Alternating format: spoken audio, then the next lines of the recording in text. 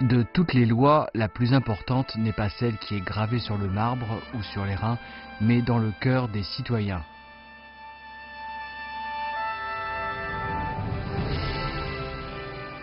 Ce propos du penseur français Jean-Jacques Rousseau explique de manière succincte la logique selon laquelle la loi la plus obéie est celle qui est gravée dans le cœur des hommes. C'est de la foi que le peuple voue à la loi et de son désir de s'y conformer avec loyauté que l'État de droit tire son essence. Cette croyance des citoyens en la loi constitue la force intrinsèque de la gouvernance de l'État en vertu de la loi et surtout le soutien spirituel de l'État de droit en Chine. Comment la Chine, avec 1/5 de la population mondiale, pourra-t-elle faire respecter le droit à tous ses citoyens? Voilà l'unique sujet de l'histoire de l'État de droit dans le monde. 人民权益要靠法律保障，法律权威要靠人民维护。要充分调动人民群众投身依法治国实践的积极性和主动性，使全体人民都成为社会主义法治的忠实崇尚者、自觉遵守者、坚定捍卫者，使遵法、信法、守法、用法、护法成为全体人民的共同追求。 Depuis le 18e congrès national du parti, la notion d'état de droit a pénétré dans la veine de la nation chinoise et cet esprit s'est intégré dans le noyau de la culture nationale. L'édification d'une société fondée sur l'état de droit continue à progresser. La force de l'état de droit pénètre plus profondément dans les mentalités et le respect du droit par tous est en train de devenir une réalité.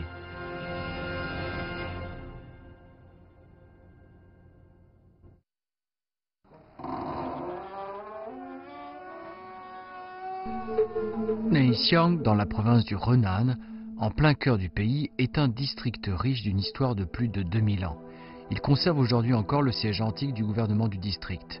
Aujourd'hui encore, cette somptueuse résidence officielle, construite pour la première fois sous la dynastie des Yuan, qui ouvre et ferme ses portes depuis plus de 700 ans, nous lègue de nombreuses sentences parallèles évocatrices.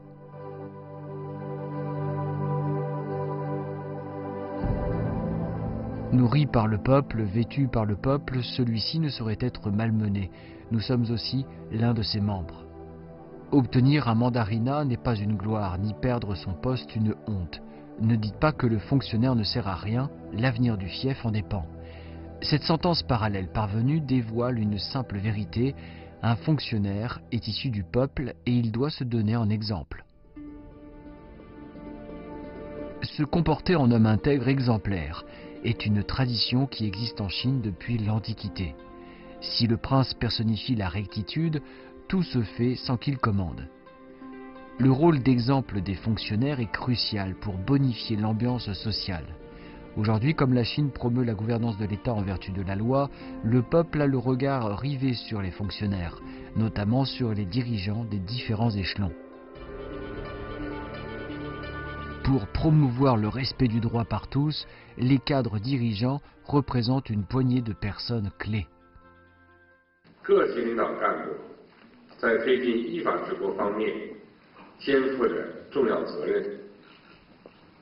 全面依法治国必须抓住领导干部这个关键少数。 Le secrétaire général Xi a exhorté les cadres de tous les niveaux à prendre l'initiative de se conformer à la loi dans l'exercice de leurs fonctions. Ils doivent faire preuve de respect envers la Constitution et la législation et garder constamment à l'esprit l'idée qu'il est interdit de toucher ou de franchir la ligne rouge juridique. Ils ne doivent pas exercer un pouvoir qui outrepasse leurs attributions, sans parler de manipuler ou de violer la loi pour des intérêts personnels. 习总书记关于全面依法治国要抓住关键少数，这个论断意义非常重大，尤其对法律的实施。实质上，领导干部对法治的态度，影响和决定着社会大众对法治的态度。领导干部只有身先士卒、以身作则、以上率下，才能带动社会遵法和守法。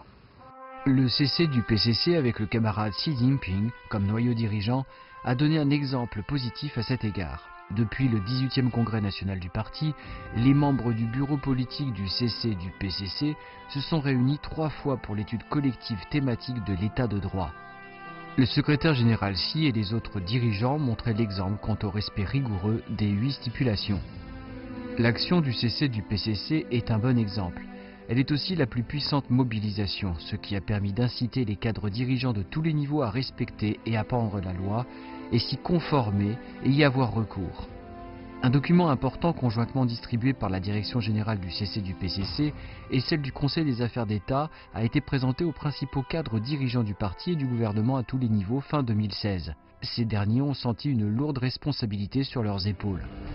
Ce document intitulé « Stipulations relatives à la responsabilité des cadres dirigeants du parti et du gouvernement à tous les niveaux en tant que premier responsable pour la mise en œuvre de la promotion de l'édification de l'état de droit » exige que les principaux chefs du comité du parti et du gouvernement de niveau supérieur au district soient les premiers responsables de la promotion de l'édification de l'état de droit. Les résultats de l'exercice de leurs fonctions rentreront dans le système d'évaluation de leur réalisation. Auparavant, un autre document, avis sur le perfectionnement du système d'apprentissage et d'application de la loi par les fonctionnaires, a défini des règles concrètes sur la façon dont les fonctionnaires doivent apprendre et avoir recours à la loi. Il signale notamment que la conformité aux droits d'un fonctionnaire dans l'exercice de sa fonction sera considérée comme un important critère pour l'évaluation de son travail. 一个人纵然有天大的本事，如果没有很强的法治意识，不守规矩，也不能当领导干部。这个关首先要把住。 Si le droit n'était pas appliqué, c'est parce que l'aristocratie a été la première à la violer. Si un dirigeant ne respecte pas et ne se conforme pas au droit, comment pourra-t-il persuader les masses d'y croire? Aucune exception ne sera faite pour les dirigeants au regard du droit, raison de plus pour appliquer des critères plus stricts et imposer des exigences plus drastiques à leur égard. La procédure administrative communément nommée « Un homme ordinaire se plaint contre l'administration » est un dispositif institutionnel visant à aider les citoyens à protéger leurs droits et intérêts et inciter l'administration et les fonctionnaires à exercer le pouvoir en vertu de la loi. Un amendement majeur a été apporté en novembre 2014 à la loi sur la procédure administrative proclamée 25 ans auparavant. La loi amendée a officiellement institué la mise en place du système de comparution devant le tribunal du responsable de l'organe administratif impliqué dans un procès. L'année dernière, le vice-gouverneur de la province du Guizhou, Chen Ningming, a comparu devant le deuxième tribunal de la cour administrative de la cour populaire intermédiaire de Guiyang au banc des accusés.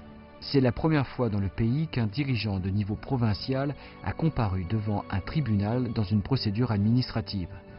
Aujourd'hui, un citoyen ordinaire peut directement interroger en face à face le responsable d'un organe gouvernemental devant le tribunal dans le cadre d'une procédure administrative.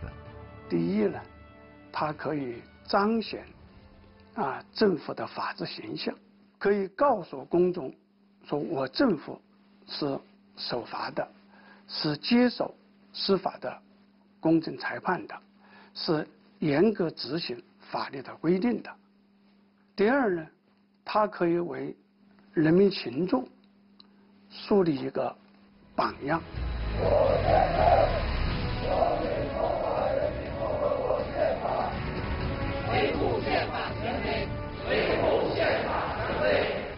L'hymne majestueux, l'emblème sacré, le serment solennel. La cérémonie de prestation de serment constitutionnel reste inoubliable pour ceux qui prêtent serment avant leur prise de fonction, les exhortant à être fidèles à la Constitution et à l'état de droit.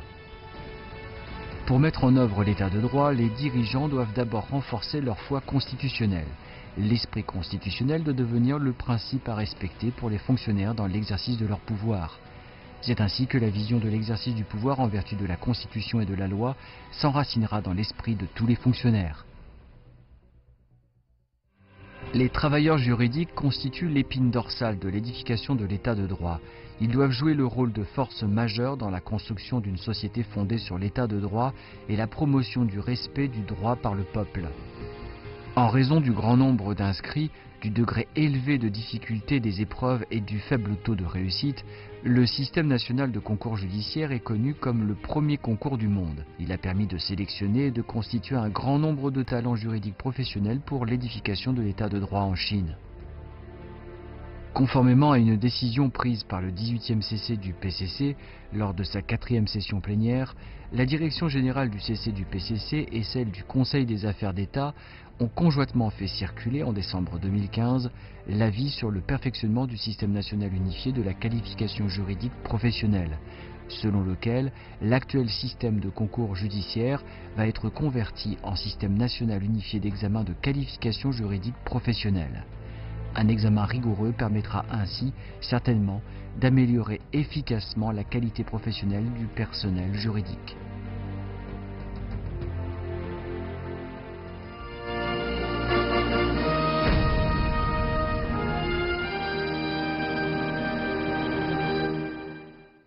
Les organes gouvernementaux doivent non seulement appliquer et respecter la loi, mais assumer aussi la lourde mission de démocratiser le droit auprès de la population. Cela est un important dispositif institutionnel conçu pour promouvoir le respect du droit par tous. Dans l'avis sur la mise en œuvre du système de responsabilité de démocratisation du droit dit « qui applique la loi à la charge de démocratiser le droit dans les organes gouvernementaux », conjointement émis par la Direction générale du CC du PCC et celle du Conseil des affaires d'État, les organes gouvernementaux ont pour la première fois été explicitement définis comme acteurs responsables de la communication pédagogique en matière d'état de droit. Le département de la Sûreté de l'État, qui d'ordinaire représente un mystère aux yeux des profanes, lève enfin son voile. Selon l'exigence qui applique la loi à la charge de démocratiser le droit, ce département et ses institutions subsidiaires ont intensifié leurs efforts de vulgarisation des connaissances juridiques en matière de sûreté de l'État. De plus en plus de gens ont été sensibilisés à la protection de la sûreté de l'État grâce à cette communication.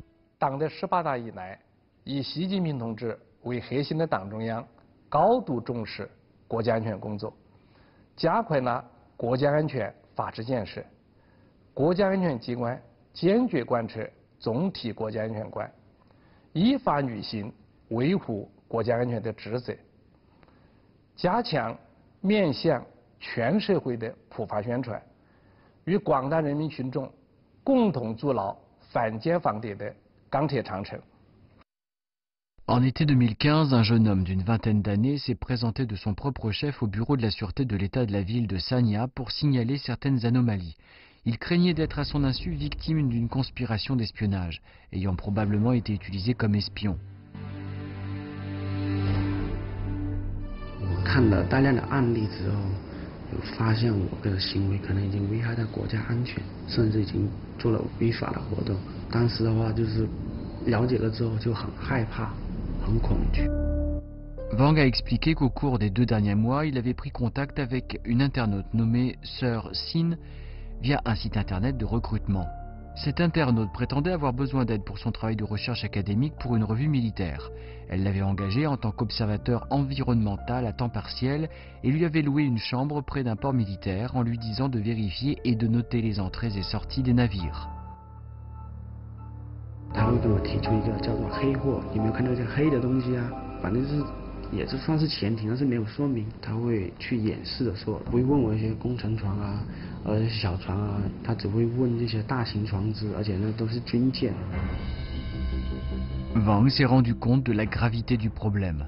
Conscient de sa responsabilité juridique dans la défense de la sûreté de l'État, il a signalé à temps et de son propre chef cette situation au département de la sûreté de l'État.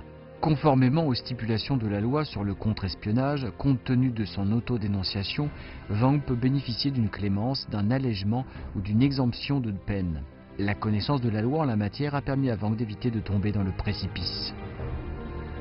这样一个重要的普法责任制，让每一个法官、检察官、行政执法人员在执法过程中，在法治实践中 完成了一个普法的职责，对当事人普法，对特定人普法，对社会关注的人群普法，同时自己也深化了对自己执行的法律和相关政策的理解。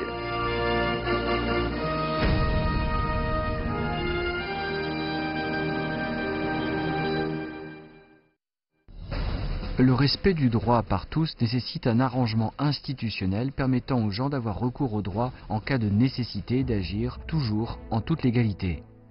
Depuis des milliers d'années, de nombreux Chinois ont l'éternel complexe du chef judiciaire. C'est bien en raison de ce complexe que certaines personnes recherchent leur aide auprès des fonctionnaires au lieu d'avoir recours à la justice. En cas de litige, elles adressent leurs doléances au gouvernement ou à un responsable au moyen d'une pétition.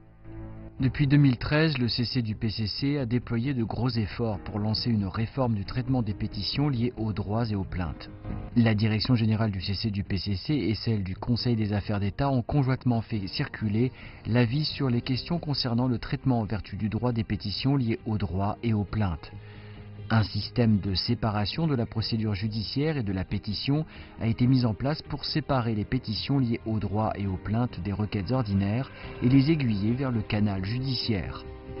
La loi offre aux citoyens un moyen institutionnel efficace pour protéger leurs droits, résoudre leurs problèmes et exprimer leurs requêtes. Les statistiques montrent que la proportion de pétitions liées à la loi et aux plaintes a sensiblement diminué alors que de plus en plus de plaignants choisissent le canal judiciaire pour exprimer et résoudre leurs problèmes. Alors qu'on croyait à la pétition plutôt qu'au droit, on en vient aujourd'hui à se plaindre devant le tribunal en cas de litige. Ceci constitue un changement encourageant et aussi un signe social du progrès continu du respect du droit par tous. Le respect du droit par tous nécessite en outre un service juridique efficace.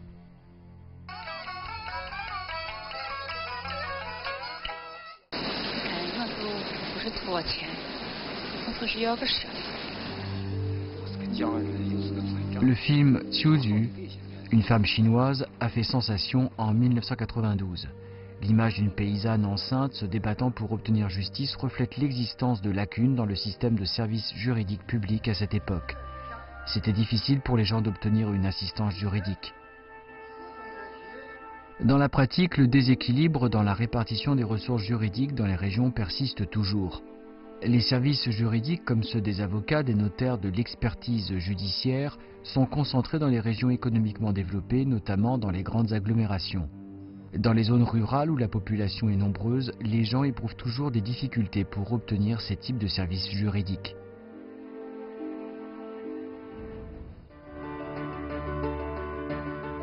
Le 18e CC du PCC a décidé, lors de sa 4e session plénière, de promouvoir l'instauration d'un système de services juridiques publics couvrant toutes les populations urbaines et rurales.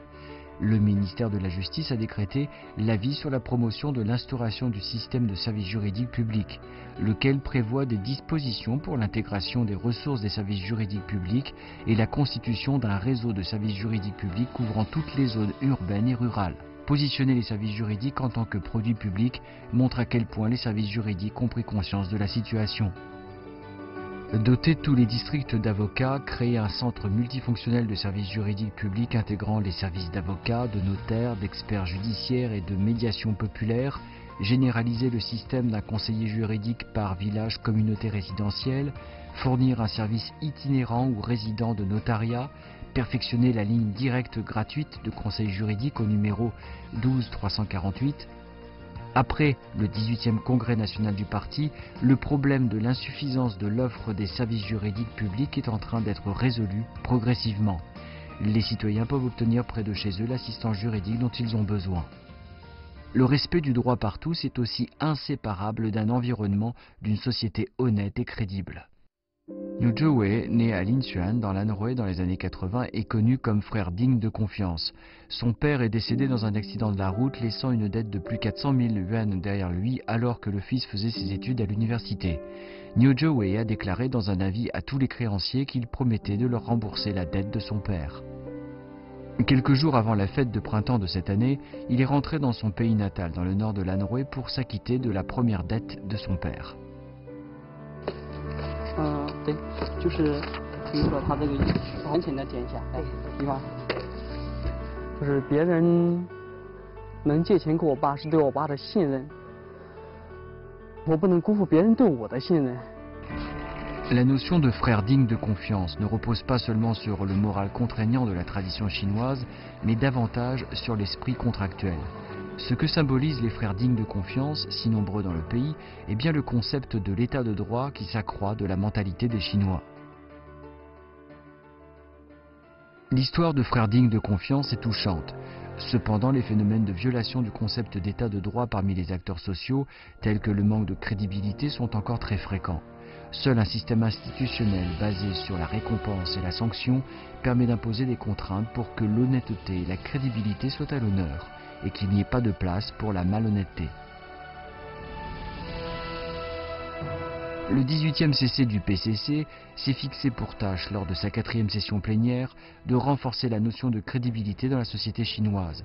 En 2016, le Conseil des affaires d'État a rendu public l'avis directeur sur l'élaboration et le perfectionnement d'un système de récompense des individus dignes de confiance et de sanctions de ceux non crédibles, ainsi que sur l'accélération de l'édification de la crédibilité dans la société.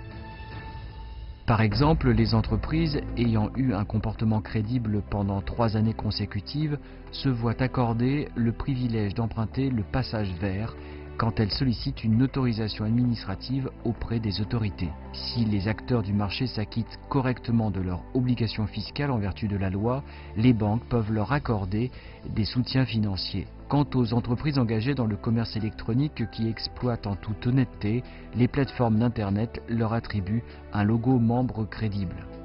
En même temps, les entreprises et les particuliers qui se sont livrés à des actes de fraude fiscale, de violation des termes de leur contrat, de non-acquittement de leurs dettes, se verront placés sur une liste noire par les départements administratifs et les organisations professionnelles concernées. Lors de l'appréciation de la cote de crédit, les autorités compétentes leur opposeront un carton jaune et la Cour populaire procédera à la limitation du niveau de consommation des individus condamnés pour manque de crédibilité et recherchés pour l'exécution du jugement. Le respect du droit par tous repose en définitive sur l'enthousiasme du peuple pour l'état de droit. Aristote l'a dit, une bonne législation ne pourrait être mise en œuvre si le peuple ne s'y conformait pas dans sa totalité. Le peuple est l'acteur principal de l'édification de l'état de droit et le maître d'un état basé sur le droit. L'état de droit ne jouit d'un fondement social ferme que quand tout le monde y participe.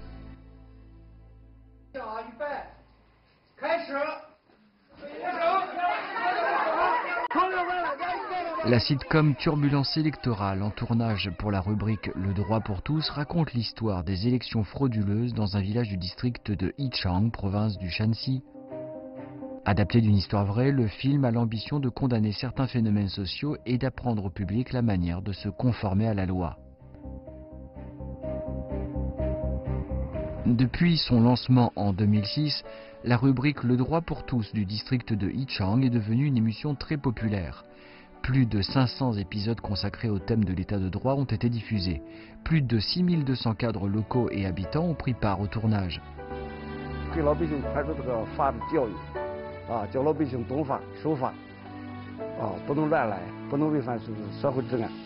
Aujourd'hui, le nombre d'affaires criminelles et civiles ou d'événements portant atteinte à l'ordre public a considérablement baissé à Yichang. Yichang est l'image réduite de la démocratisation de l'état de droit dans tout le pays. Apporter sans cesse des modalités nouvelles et s'en tenir à la promotion de la démocratisation de l'état de droit auprès du grand public dans un des pays les plus peuplés du monde est une initiative grandiose du PCC et du gouvernement chinois. De 1986 à aujourd'hui, le pays a mis en œuvre 6 plans quinquennaux de démocratisation de l'état de droit auprès du peuple. Cette année est la 2e année du 7e plan quinquennal.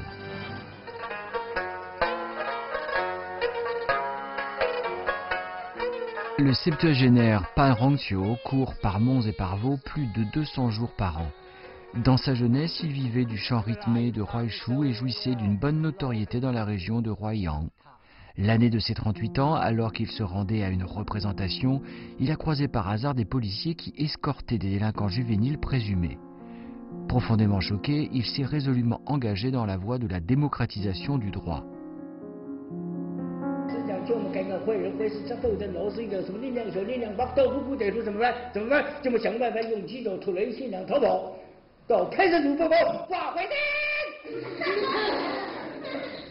Depuis une trentaine d'années, Pan a rédigé et produit à titre gracieux plus de 8000 shows dédiés à la démocratisation du droit au profit d'environ 300 000 élèves. 在我们上学或者放学，再或者和爸爸妈妈一起出去的时候，我们最需要注意的是什么呀？ C'est là une autre caractéristique majeure de la démocratisation du droit en Chine. Depuis le 3e plan quinquennal pour la démocratisation du droit, des cours ont été ouverts dans toutes les universités, les lycées, collèges et écoles primaires. Un réseau d'éducation juridique intégrant l'école, la famille et la société est en train de se perfectionner.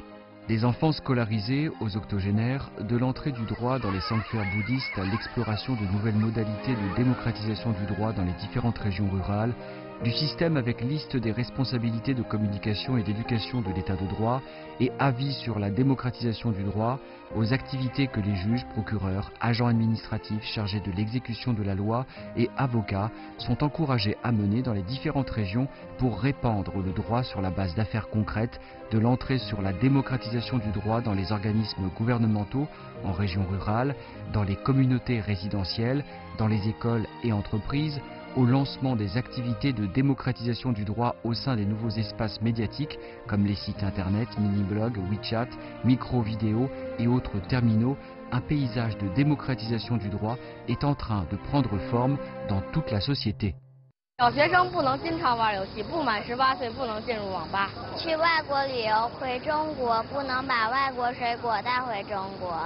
过马路的时候要走人行横道线。 看到红灯要停下来，看到绿灯才能过马路。我知道未满12岁的孩子不能骑共享单车。 Voilà des scènes vivantes du respect du droit par tous. C'est aussi le beau tableau d'une société basée sur un état de droit. Quand le droit est vraiment compris et respecté par les citoyens, le recours au droit en cas de litige et la conduite des affaires en toute légalité deviennent une réalité.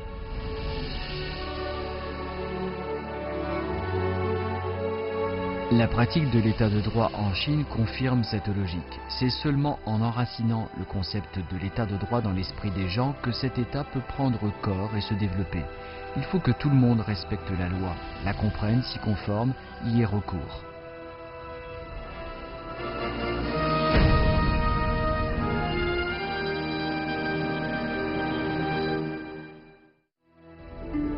L'objectif de l'édification de l'état de droit est de servir l'homme. Cette édification s'appuie donc naturellement sur lui.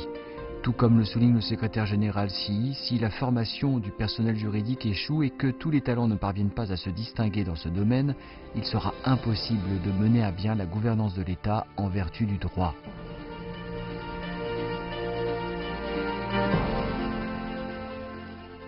Au début de l'été de cette année, l'Université des sciences politiques et du droit de Chine, berceau de l'éducation juridique, baigne dans une verdure luxuriante. Le 3 mai 2017, le secrétaire général Xi a effectué une inspection à l'Université des sciences politiques et du droit en Chine. Il a rencontré des enseignants et des étudiants.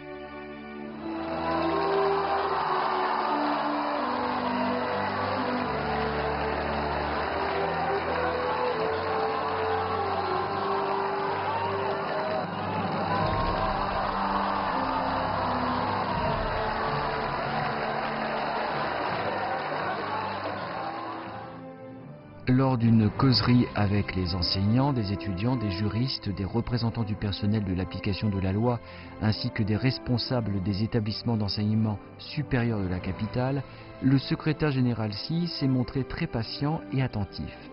Il a souvent hoché la tête en signe d'approbation quand des jeunes étudiants parlaient. Son regard, qui exprimait ses attentes, était rempli d'affection. 在那一刻，他所投向我的那种慈祥和肯定的目光，给了我很大的激励。这种激励是能够延续到我未来的学习和生活当中的。Pour l'étudiante Wei Zhuozhu, un détail de la causerie a fait naître chez elle le sens de la mission et des responsabilités. 总书记走到我们这边的时候，他就说：“你们以后将来都是女法官、女律师。”然后听到这句话的时候，其实感觉是非常振奋的。就是总书记亲口对我们说出这句话的时候，真的感觉自己肩上的担子很重。希望你们能够珍惜现在的学习时间，开足马力，好好的学习。我对你们充满了期待。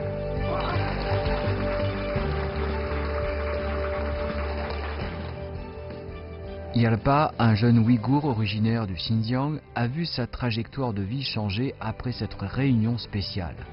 À l'origine, il avait prévu de travailler dans une ville côtière. Il a changé d'idée après avoir entendu le secrétaire général.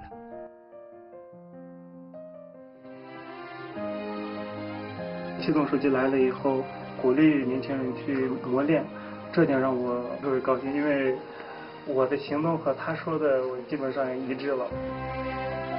Le secrétaire général Xi a exprimé ses attentes vis-à-vis des étudiants, les a exhortés à servir la patrie et le peuple après leurs études pour donner plus de valeur à leur vie.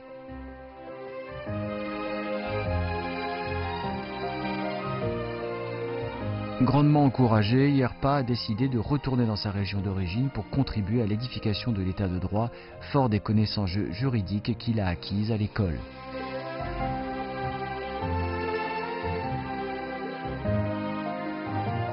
Notre 广大青年的精神风貌向世人表明，我们党、我们国家、我们人民、我们民族是大有希望的。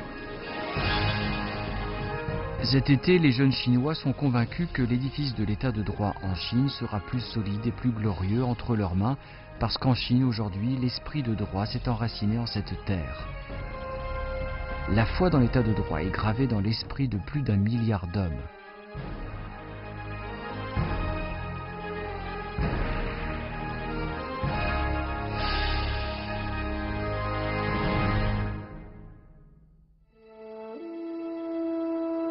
Le peuple croit au droit parce que la justice peut triompher, la bonté peut être mise à l'honneur et les gens peuvent mener une vie plus heureuse et plus tranquille sous la protection de la loi.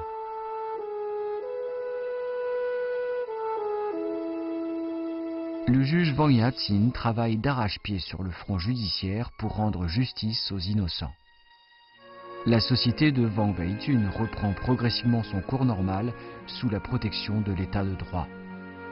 Un verdict équitable a permis à la famille de la victime Su Yu de raffirmer sa confiance en l'état de droit. Sun Sui-mei et son mari jouissent du bonheur familial que leurs deux filles leur apportent. La protection juridique donne à Su Xin et à d'autres volontaires plus d'assurance dans leur action de préservation de la cité antique. Le septuagénaire Pan Hongqiu continue à apporter sa contribution à la communication de l'état de droit.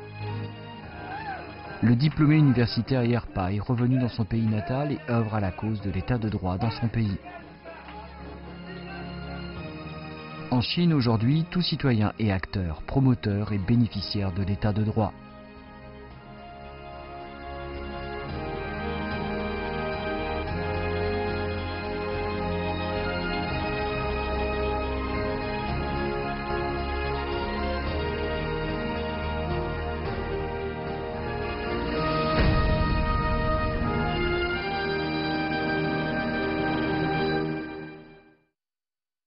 Le secrétaire général Xi Jinping a prononcé un important discours à l'occasion de la cérémonie inaugurale d'un symposium des principaux dirigeants de niveau provincial et ministériel.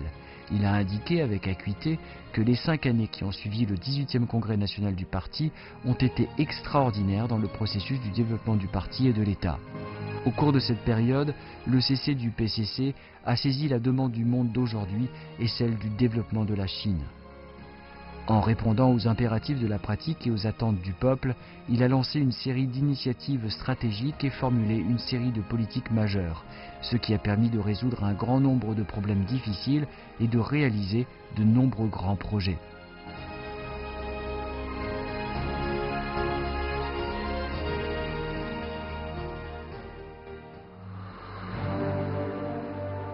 Éternel comme le soleil et la lune dans le ciel, comme les fleuves et les rivières sur la terre. Le temps file comme une flèche. Le PCC, qui tient le gouvernail du navire de la nation chinoise, navigue contre vents et marées dans la voie de l'édification de l'état de droit en Chine.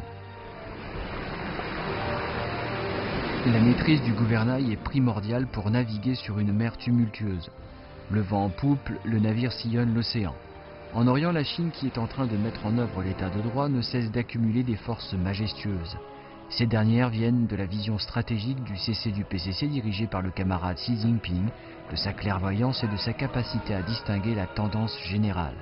Elles viennent également du sens de la responsabilité des membres du PCC qui ont le courage de se tenir à l'avant-garde du progrès de l'humanité.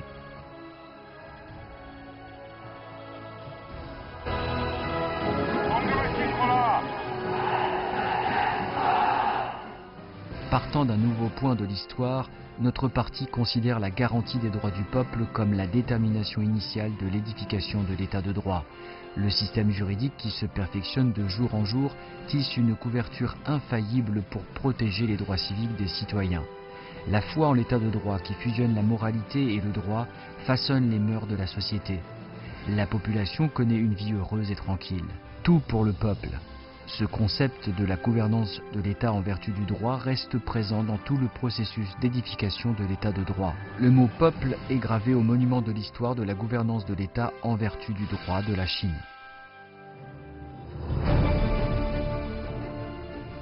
Se tenant au nouveau point de départ de l'histoire, notre parti fait de l'équité et de la justice son objectif pour l'édification de l'État de droit. Ceci a permis de promouvoir une gouvernance sage à l'aide d'une bonne législation, jetant ainsi une base solide de l'équité et de la justice sociale. Les barrières entravant l'équité et la justice ont été brisées grâce à l'approfondissement des réformes et on a pu promouvoir énergiquement l'édification de la culture de l'état de droit pour préparer un terrain propice à la réalisation de l'équité et de la justice. De l'équité naît la clarté, de l'intégrité, l'autorité. Tout le monde est égal au regard du droit. Il faut faire en sorte que la population puisse sentir réellement la douceur de l'état de droit. Se tenant au niveau du point de départ de l'histoire, notre parti a mis ses pouvoirs dans la cage de l'état de droit. Ses fonctions étant définies de manière scientifique, ses pouvoirs et ses responsabilités sont officialisés par la loi, et la frontière entre ses pouvoirs et le marché progressivement clarifiée. Le développement économique et social a ainsi pu générer davantage de vitalité. L'application de la loi est menée avec rigueur, garantissant l'équité et la justice. Quand le bon droit est mis en œuvre, tout le monde devient maître du pays. Une bonne législation et une sage gouvernance, voilà les attentes du peuple. L'état de droit fait l'objet d'une quête inlassable de la nation chinoise dans son développement et ses progrès. Il est en même temps la voie incontournable pour le parti et l'État afin de réaliser la paix et la sécurité durable. Menée par le PCC, l'édification de l'état de droit dans un pays surpeuplé, doté d'une civilisation aussi ancienne que la Chine, constitue dans toute l'histoire du pays une révolution profonde dans la gouvernance de l'État. L'objectif consiste à mettre en place un système juridique socialiste avec des caractéristiques chinoises et de faire de la Chine un état de droit. Elle fait également de la gouvernance de l'État en vertu de la loi une composante indispensable de la disposition stratégique des 4 objectifs globaux. Le CC du PCC, ayant pour noyau le camarade Xi Jinping, a répondu avec acuité à une série de questions théoriques et pratiques majeures. Par exemple, quel type d'état de droit nous allons faire de la Chine? Comment édifier un état de droit socialiste? Cela montre que le PCC a atteint une nouvelle hauteur quant à son appréhension de la règle de l'exercice du pouvoir, de la règle de l'édification socialiste et de la règle du développement des civilisations politiques de l'humanité.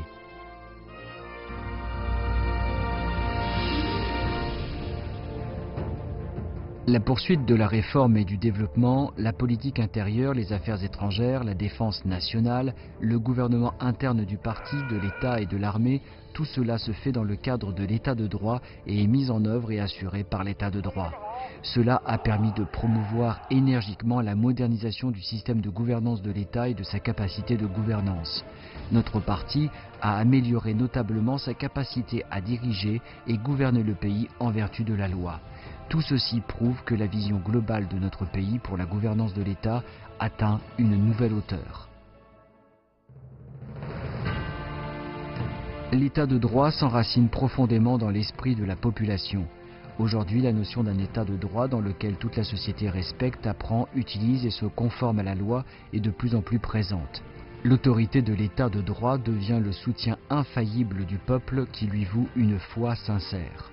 Elle représente un soutien solide pour la gouvernance de l'État en vertu de la loi, ce qui ouvre une nouvelle ère de prospérité et de développement, de paix et de sécurité durable dans tout le pays. Par ses actions concrètes, notre parti démontre au monde entier qu'il est fermement déterminé à poursuivre la voie de l'état de droit socialiste avec des caractéristiques chinoises.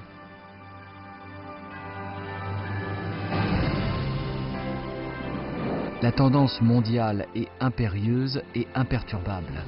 De tout temps, une mauvaise gouvernance a entraîné la chute d'un régime. L'état de droit est le fruit de la civilisation moderne et aussi la quintessence des expériences en matière de gestion sociale de l'époque moderne.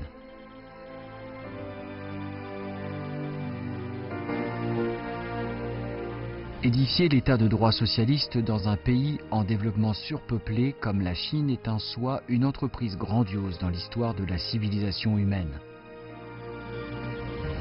L'édification de l'état de droit en Chine est enracinée dans le sol de la tradition chinoise, elle est dotée de caractéristiques chinoises distinctives.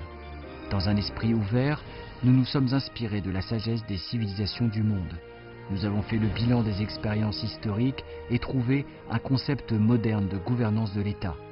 Nous nous basons sur les conditions réelles du pays pour édifier un état de droit nouveau permettant de guider le développement de notre époque.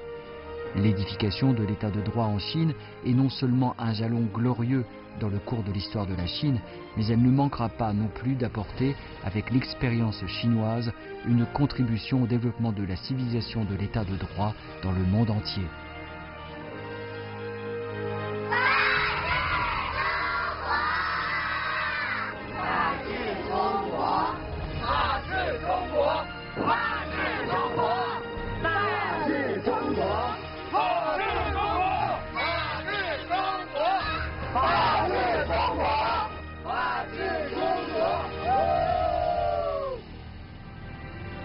Une aventure héroïque contre vents et marées.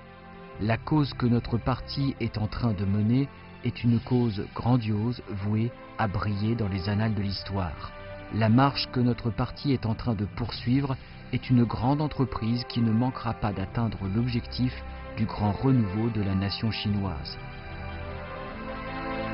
我们提出全面推进依法治国，坚定不移厉行法治。一个重要的目标就是为子孙万代计，为长远发展谋路。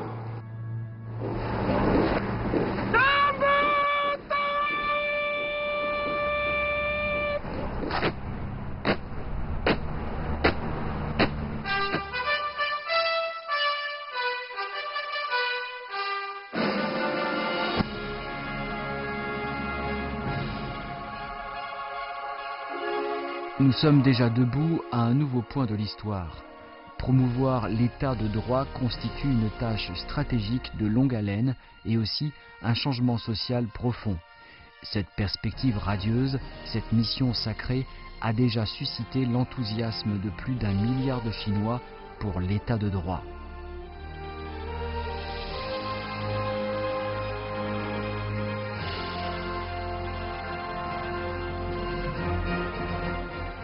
En se projetant dans l'avenir, le peuple chinois continuera à écrire de nouveaux chapitres de l'édification de l'état de droit socialiste sous la ferme direction du CC du PCC, avec à sa tête le camarade Xi Jinping. Une Chine basée sur le droit avec une économie développée, une vie politique saine, une culture prospère, une société équitable et une écologie bien préservée marchera vers un avenir radieux.